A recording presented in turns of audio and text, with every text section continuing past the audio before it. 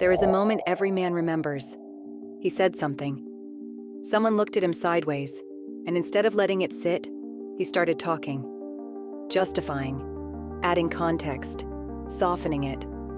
By the time he finished, the room had already made its decision about him, and it wasn't the one he wanted. That moment is not rare.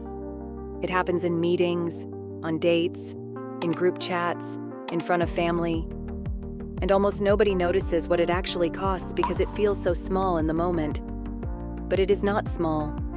It is one of the fastest ways a man loses respect without ever raising his voice or doing anything wrong. Here is the pattern. You make a decision, you state an opinion, you set a boundary, and then, before anyone even challenges you, you start defending it anyway. You explain why you think that way. You list your reasons. You soften the delivery so nobody gets upset. It feels like consideration. It feels like being reasonable. But watch what it actually communicates. Every unnecessary explanation is a quiet admission that your position needs outside approval to stand. And the room reads that signal instantly, even if nobody could put it into words. This is not about being rude or refusing to explain yourself when someone genuinely asks a question. This is about the reflex, the automatic urge to justify a decision that was never actually challenged. That reflex is what erodes respect, one small moment at a time. If it is not right, do not do it. If it is not true, do not say it. Marcus Aurelius. Marcus Aurelius was not talking about winning arguments. He was talking about the discipline of only speaking when speech is necessary. A man who has already tested his own decision against that standard does not need to keep testing it out loud in front of other people. He said what was true. He did what was right. The conversation is over. Respect is built on the belief that a man's decisions come from somewhere solid inside him. The moment he starts over-explaining, he signals the opposite. He signals that his decision is still open for negotiation, still waiting on someone else's verdict. Women notice this faster than most men realize. It is not that she consciously thinks he is insecure. It is that something in the exchange stops feeling grounded.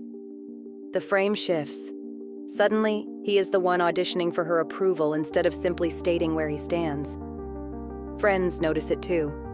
Colleagues notice it.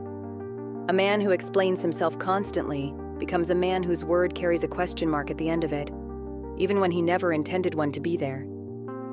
Seneca wrote in his letters that a man who lives according to what others think of him will never be rich, no matter what he owns, because his sense of worth is always on loan. Paraphrased from Seneca, letters from a Stoic.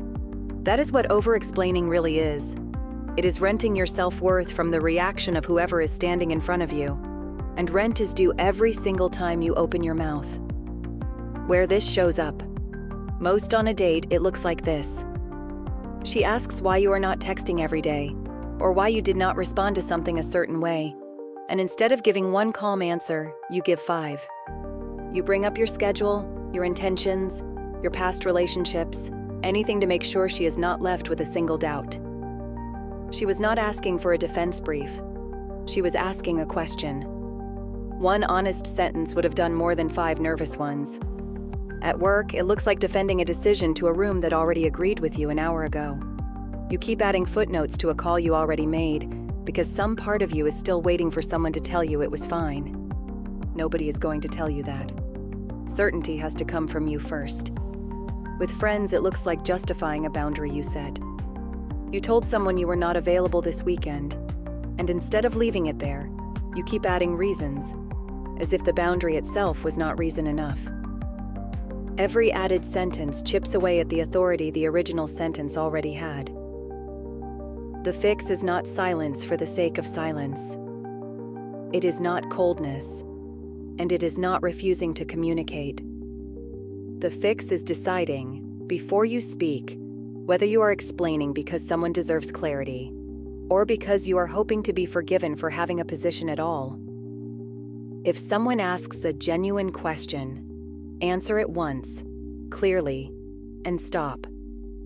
If nobody asked, you do not owe the room a defense.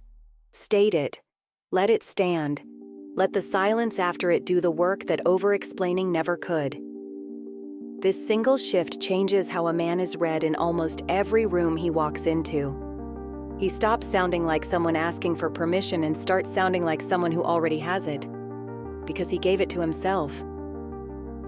Waste no more time arguing about what a good man should be. Be one.